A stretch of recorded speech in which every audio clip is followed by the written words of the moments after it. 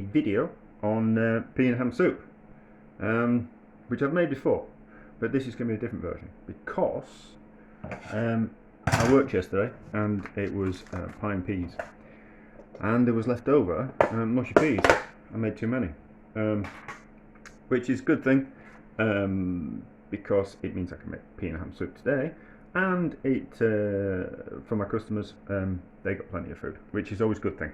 And British people like value for money. So mushy peas by themselves are a bit boring. What do you do with them?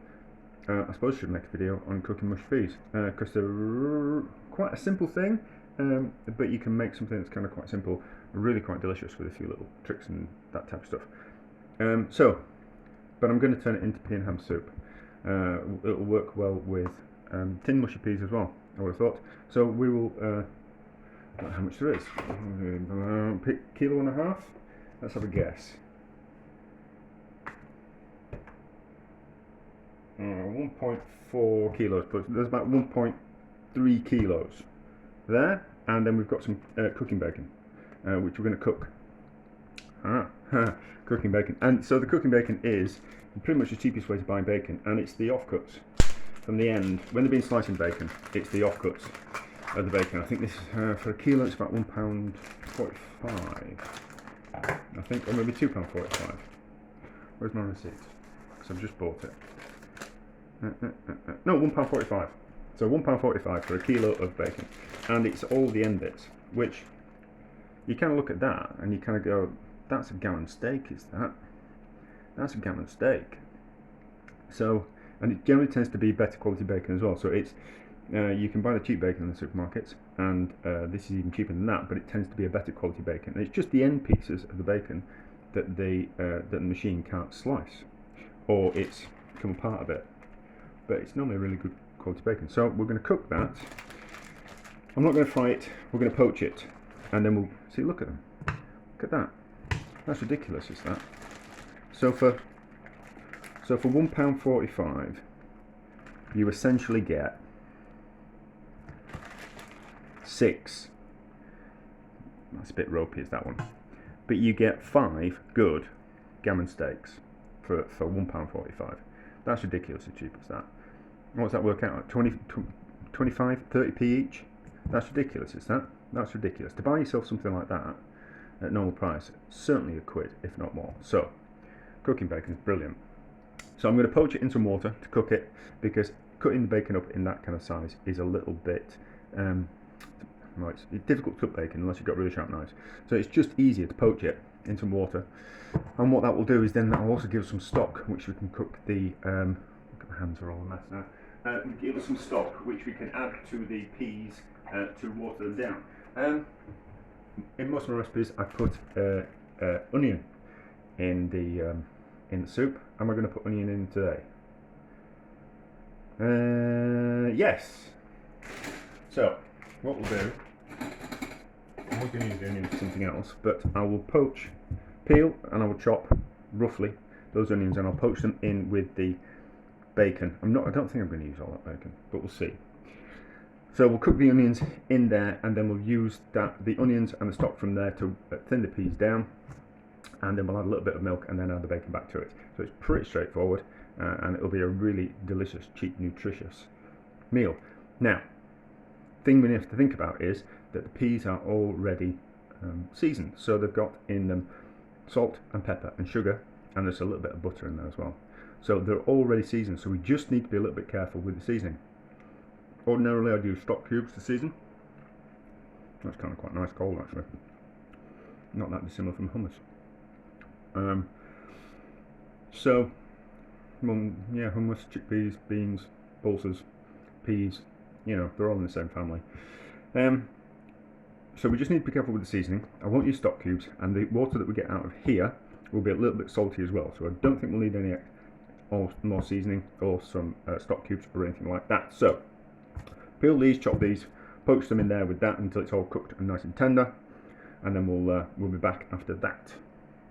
Right. So the bacon is cooked, the onions are cooked, the onions are in the pan underneath. The peas, so those were 400 grams of onions, I don't know what the weight will be after they're cooked, but they're in the bottom of the pan. That was 400 grams before they were cooked, and there's 1.3 kilos of cooked peas. We've got 1.5 litres worth of water from the cooking of the onions and from the ham. So we'll add, what's that? I can't see. We'll add half a litre to start off with. It's another 200 mils, and we'll see where that gets us. Yeah, so that's about. We've added about half a litre to that, and then we'll get some kind of baseline recipe. It's just a case of heating this up with the peas in. It's really nice, is that stock that's come out of the bacon, and well, the ham, bacon, and the onion. It's really nice. It's really kind of quite mellow. So we'll bring it up to temperature. I think I'm gonna add a little bit of milk to it. So I'm just concerned about how much liquid I'm going to add. We can always, it's dead easy to add a little bit more, but very difficult if we're going to be, you can't, once you've added it, you can't take it away. Same with the salt, anything like that. You can always add a little bit more, difficult to kind of take it away. And we will, while it's heating up, we'll just quickly cook this bacon. So, as you can see now, it's nice and tender and just wants to fall to bits like that. So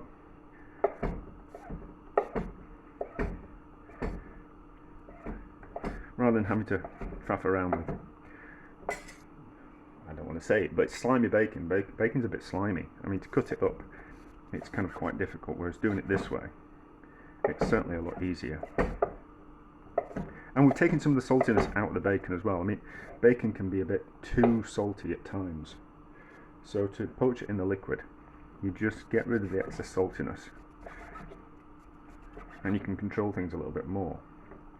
So we know that when we finally add this shredded up ham, bacon to the soup, that we're not going to make it too salty, because the majority of the salt will have come out into the stock. My knife is not particularly making a good job of this. Actually, I'm doing that bad chef thing where you blame your tools rather than blaming yourself. Maybe I should sharpen my knife a little bit more.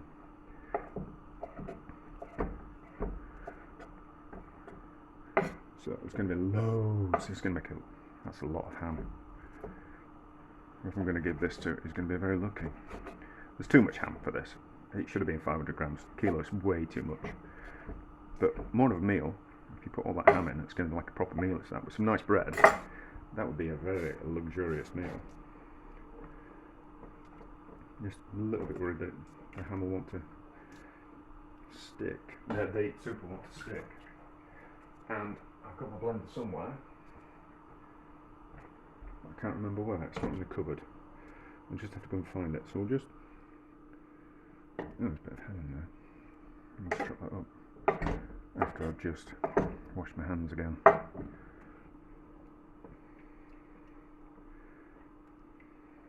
Yeah, we'll probably need some more liquid in that. Right, I need to find a blender.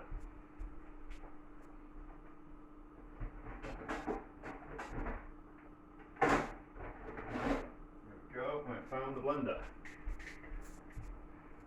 And we just need to untangle the bloody thing. So there's a danger that the peas are going to want to stick to the bottom of the pan. So we just need to keep moving things around. Having a lid on would probably be a better idea. I just need to unplug that. As always, prepared. That's better. And it is ready to go. What's that? What did I see in the soup? It'll come to the surface.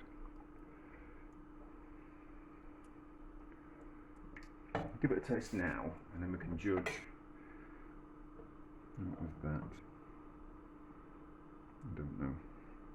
Doesn't look anything suspicious, but it can go in the bin. Give it a taste now. No, it's not going to need any seasoning, I don't think. Where's that? I think that's just the outside of the piece. Sometimes just a little bit discoloured. I don't know what that is. Certainly not a fly or anything like that. We don't need to worry about that.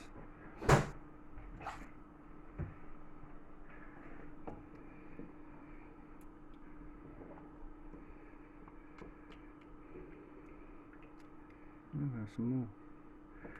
Maybe it was something from my ham. Now, when you're cooking things, certainly like pulses and beans and things, you don't cook them with any salt in, so you season afterwards. But then the only problem is that the season doesn't have time to get into the beans, so the juice from the outside will taste different from the inside of the bean. So just because it tastes nice now, and it's perfectly seasoned now, doesn't mean it's going to be perfectly seasoned when we've cured it, because the inside of that pea will need seasoning, if you imagine, because the salt's not going to penetrate right through to the centre. So we need to season again. You see that the pea tastes different than the actual juice that's all around it. So that's why with seasoning, you taste something, season it, and then you taste it again, give it a little bit of time, taste it again, not time as in the herb time, give a little bit of time for the salt to melt fully and kind of mix in together, taste it again, and then see if it's seasoned correctly again. And then if it needs a little bit more salt, add a bit more salt, repeat the process, add some more salt, stir it around, taste it, give it a little time, taste it again, and then decide if you need to add a little bit more salt again, or pepper, or butter, or sugar, or whatever you find something to blow my nose with, whatever you're seasoning it with. I've got my gank in my pocket. So that's a little bit of a lesson on seasoning. And also, so if you imagine, we put some salt in there now, and then we give it a stir, and you think the salt will have fully mixed into there entirely, all through it. It won't have. There'll be parts of that that are seasoned and unseasoned, and so you need to fully mix things before you taste again. And also, because of the peas, you know, and not being seasoned in the center, the very center of them, that's going to change the seasoning as well. So taste, season, taste again, give it a bit of time, give it a mix, taste it again. Right, so we're getting up to temperature. That'll be fine in there. And also, if you're cooking something for a long time, you're losing moisture as well. So we'll have lost some liquid from that through, you know, maybe only half a teaspoon or maybe a teaspoon worth of liquid, but that will also change the seasoning of things as well because it becomes more concentrated. Right, so we're there with that. It's got, the peas have got butter in them as a seasoning. It makes them just that nice bit richer. So we might not actually need to put any milk in or cream, but we'll give it a pulse and we'll give it a taste, and then we'll see how we are.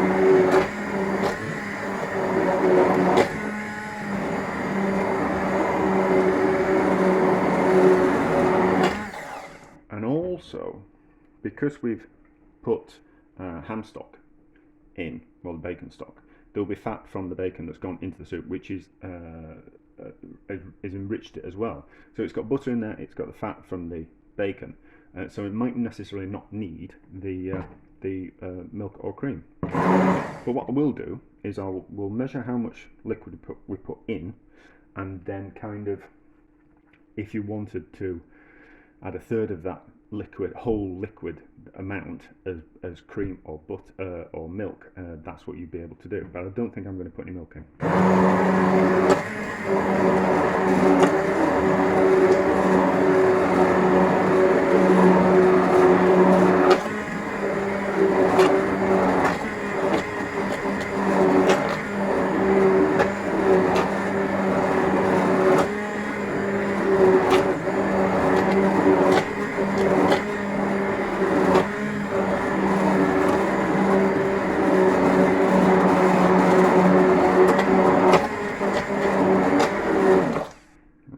that's pureed enough. So we'll give it a bit of a taste.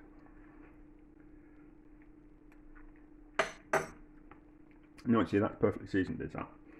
So we didn't need to add any salt or any kind of stock cubes. But do we need to add more liquid? Probably. Just a little bit more liquid, I think. It's just a little bit too thick. So we're going to add another 250 millilitres, I think.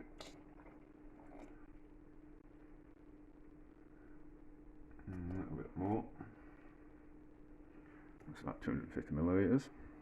So that's 750 millilitres altogether. And then we might as well use the blender to mix it.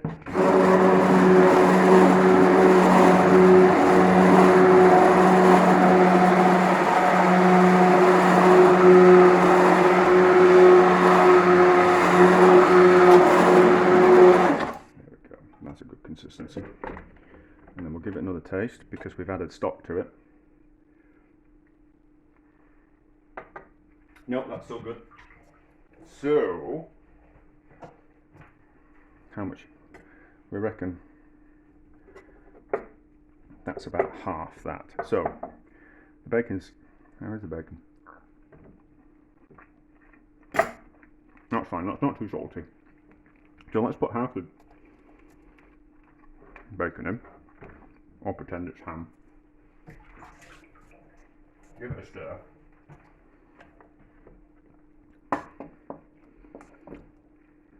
No, we're going to put all that in. Let's put all that bacon in. And then we'll do something else with that stock. So that's a ridiculous amount of ham. And then we'll need to see how much we've made. I keep having to wash my hands. That's a good amount of ham in there. That's a meal in itself, is that? So there we go. Right, so turn off the heat. Get another spoon out.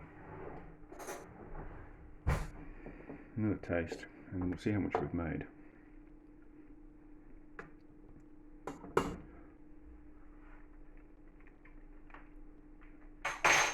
No, that's delicious, it's not.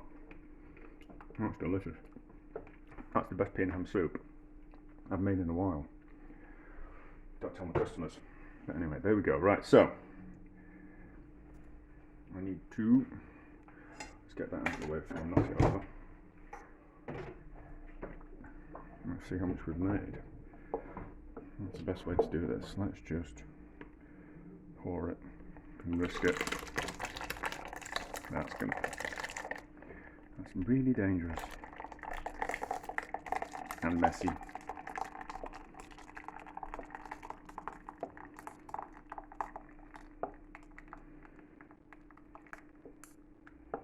Right, so that's 2 litres. Another measuring jug. I now know where all the washing up comes from.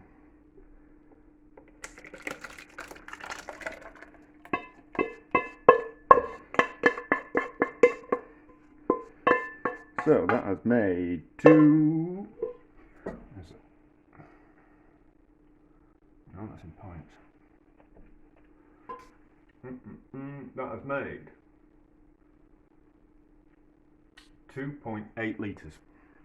2.8 litres worth of delicious soup for not that much money at all, from some leftover peas. There we go. Pea and ham soup made from leftover mushy peas. Yeah, so in the UK we have bonfire night, and mushy peas are normally something that you have with pork pies. In Yorkshire anyway, where I'm from. So if you've got leftover mushy peas from bonfire night, next day you don't know what to do with them, make some pea and ham soup.